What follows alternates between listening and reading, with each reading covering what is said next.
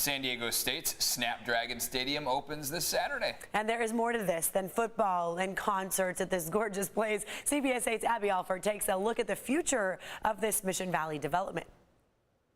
The anticipation of the show. Roaring in their new seats as the Aztecs run out onto their new yard. Welcome to Snapdragon Stadium.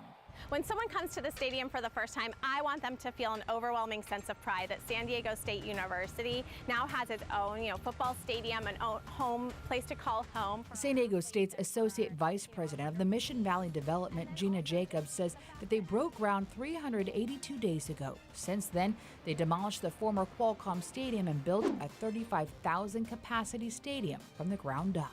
We've had 4,000 people come through the site over the course of time since we started construction in August of 2020. 1.2 million hours of work. Wow. Yeah. Qualcomm Stadium isn't completely gone. Over there you can see that pile of concrete. That is actually Qualcomm Stadium crushed up into tiny pieces. Concrete will be reused throughout Snapdragon Stadium, along with some other green measures. From the operations in terms of composting and all of the water saving sort of measures throughout the building, as well as the construction methods that we used on the site. The SDSU alum says 90% of Qualcomm Stadium was recycled. The old Jack Murphy statue that used to be at the trolley when you got off the trolley is now going to be located over here at the stadium. But there's more than just sports and concerts featuring Jimmy Buffett and Jason Mraz on Blasher Field on the 166 acres. There will be parking and tailgating for Snapdragon Stadium, but eventually it will be built into its own community. Well, that entire gray area that you see out there is what will be temporary parking.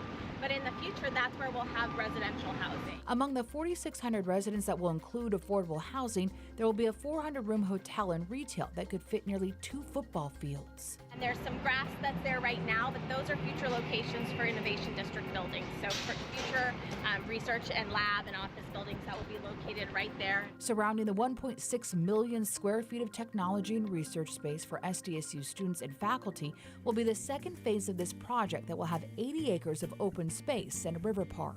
34 acres of park space along the San Diego River, active and passive recreation, lots of hiking and walking trails and biking trails, children's play area. An area for everyone to play. SDSU Mission Valley is really built for San Diego. San Diego State says the Riverwalk project should be completed by next year.